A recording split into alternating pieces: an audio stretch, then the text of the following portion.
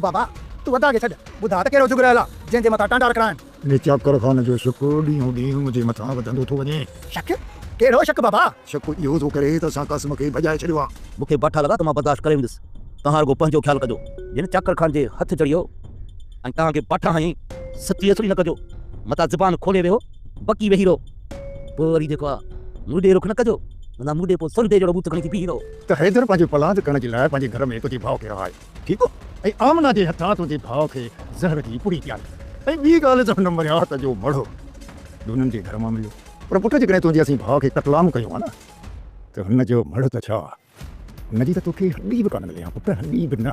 बस कर बस कर वधीक मुंहिंजे साम्हूं लूण न बरकत इते न पूरो कया। अस्सलाम वालेकुम दोस्तों पंहिंजा वेरी जी न्यू आहे ज़बरदस्त अपडेट खणी हाज़िर थी चुका आहियूं दोस्तों। इन खां पहिरीं असांजे चैनल खे न्यू आहे तो सब्सक्राइब कर आल ते क्लिक कयो दोस्तों। तव्हांखे इंतज़ारु कोन था करायूं हलूं था पंहिंजी अपडेट जी तरफ़ दोस्तों। वीडियो खे मुकमल ॾिसंदा तव्हांखे सॼी अपडेट सम्झ में अचे।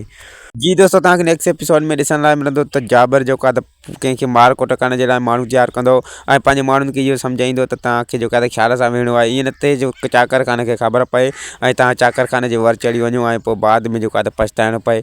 इन जे करे तयारी ओड़ी कयो मुकमल जीअं जेको आहे त चाकर खाने जी जूअ खे बि ख़बर न पए दोस्तों। त जाबिर हिकु छात्र शख़्स आहे दोस्तों ऐं उहो कंहिंखे बि बख़्श कोन कंदो दोस्तों। जेसिताईं जाबिर ऐं रूंडो इन ॻोठ में ज़िंदा आहिनि जेसिताईं जेको आहे त केर बि जो सुकून सां कोन वेंदो दोस्तों। ऐं मां तव्हांखे ॿुधाईंदो हलां त नेक्स्ट एपिसोड में जेको आहे त सांवल ऐं हैदर रस्ते वेंदा दोस्तों त उते उन्हनि खे जेको आहे त रूंडो मिलंदो ऐं हैदर जेको आहे सांवल खे चवंदो हीउ तुंहिंजे जेको भाउ जो क़ातिल आहे। तंहिं ते जेको आहे त रूंडो चवंदो जेकॾहिं असां तुंहिंजे भाउ खे सांवल मारियऊं आहे त तुंहिंजे भाउ जी तोखे हॾी बि हथ न अचे इहो तूं बि सम्झी थो।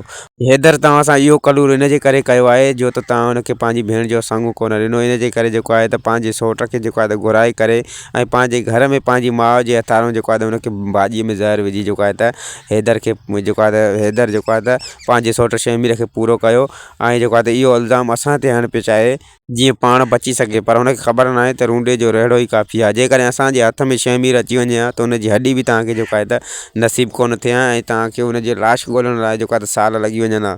इन जे करे जेको आहे त असां इन खून मां असांजा हथ पाक आहिनि दोस्तों। मां तव्हांखे ॿुधाईंदो हलां त रूंडे जूं इहे ॻाल्हियूं ॿुधण खां बाद में जेको आहे त सांवल जी दिलि में जेको आहे त अञा बि वधीक वहम वेंदो हैदर जे ख़िलाफ़ु ऐं उहो पक सम्झंदो त शायदि वाक़ई जेको आहे त हैदर इहो कमु कयो आहे पंहिंजी माउ सां मिली करे।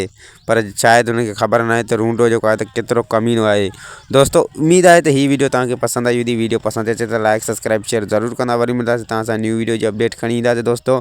ख़ुदा हाफ़िज़ दुआनि में यादि।